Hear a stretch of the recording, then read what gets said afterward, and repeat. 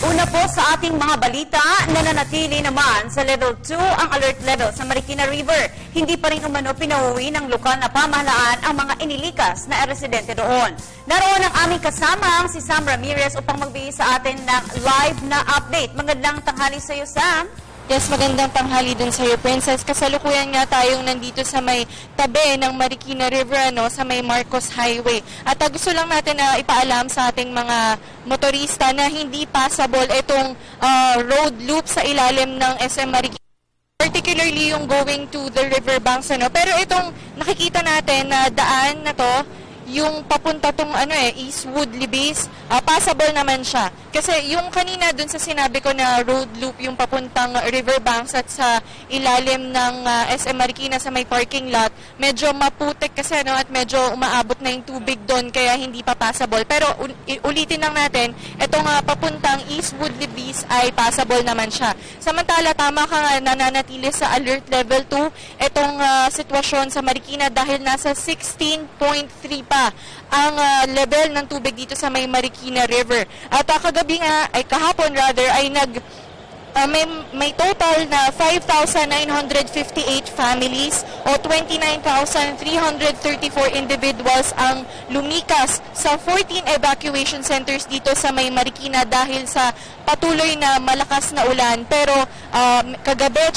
kanina umaga medyo humina naman na yung ulan at medyo nagsusubside na rin yung tubig kaya nagumpisa nang magsiuwi itong mga kababayan natin. Pero inaabisuhan local government ng Marikina na wag munang bumalik yung mga evacuees sa kanilang mga tahanan para maglinis dahil hindi pa stable itong kondisyon ng Marikina River dahil may times na umuulan kasi ng malakas kaya medyo tumataas pa rin tong tubig. At sana ay hiling ng local government na mag-intay na lang muna sila ng abiso ng mga namumuna sa mga evacuation centers kung maaari nang umuwi itong mga evacuees. At kahapon nga ay sinailalim ang Marikina sa state of calamity dahil sa hagupit ni habagat.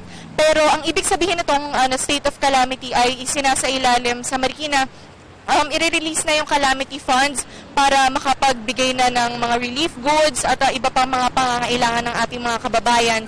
At meron ding price freeze, so ibig sabihin yung mga basic commodities bawal magtaas ng presyo dahil pangunahing pangangailangan nito ng ating mga kababayan. Samantala, kahapon din nag-anunsyo na si Mayor Del de Guzman na walang klase sa lahat ng ANPAS, both public and private, hanggang bukas po yan ng pagkakataon itong mga nasalantahan ni habagat sa Marikina na makapaglinis, makapag-umpisang muli at makabangon mula dito sa kanyang hagupit.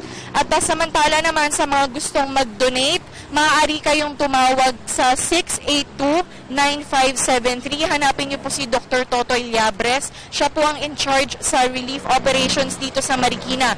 At kung kayo naman po ay able or may mga sasakyan naman po kayo at gusto nyong dalihin yung mga donations po ninyo na damit, pagkain, tubig, mga medisina, pwede po kayong magpunta sa may Marikina Sports Center. Diyan po yan sa may bayan. May kasalukuyan po dyan ginagawang repacking. So, kung yung local government po dito ng Marikina ay nananawagan sa mga residente na kung kayo ay may mga donations, pwede nyo po itong dalhin sa Marikina Sports Center, or kung gusto nyo muna i-confirm kung ilan yung mga kailangan or kung ano-ano yung mga kailangan nilang supply, pwede kayong tumawag ulit sa yung number na binigay ko. Ito ay 682-9573. Si Dr. Totoy Llabres ang hahanapin nyo.